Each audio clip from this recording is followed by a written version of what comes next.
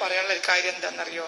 ചില ആളുകൾ പൊന്തിയിട്ട് തലകുത്തി പിന്നെയും പറയും. കാരണം ഒരു നിഅമത്തുണ്ടായ 10 ആളോട് പറയാതെ ഒരാൾക്ക് സമാധാനം കിട്ടൂല.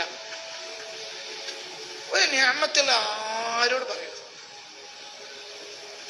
എന്റെ പെണ്ണുങ്ങളോട് വരെ പറയണ്ട. കാരണം പെണ്ണുങ്ങൾ അത് ഓളാട്ടത്തിനോട് പറയും. കാക്കാക്ക് വെച്ചടി കേറ്റ ഓ കഴിഞ്ഞ്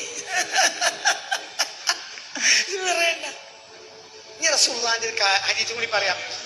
ഇസ്തഈനു അലാ ഇൻജാഹിൽ ഹവായിജി, കാര്യങ്ങൾ ഭംഗിയായി ആവശ്യങ്ങൾ നിർവഹിച്ചു കൊണ്ടുപോകണമെങ്കിൽ നിങ്ങൾ സഹായം തേടുക ബിത്കിത്മാനിഹ, നിങ്ങളുടെ നേട്ടങ്ങൾ മറച്ചു പിടിക്കൽ കൊണ്ടായിരിക്കണം.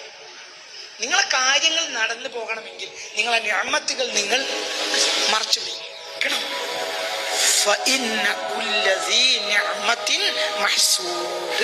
അപ്പൊ നിങ്ങൾക്ക് നിഅമത്ത് കിട്ടിയ നിങ്ങളത് നാട്ടുകാരോട് ആകെ ഓതണ്ട. ഇതൊരു പ്രത്യേക കാലാണ്. മനുഷ്യന്മാർക്ക് ഇന്ന് എന്താണ് കണ്ണുകടി.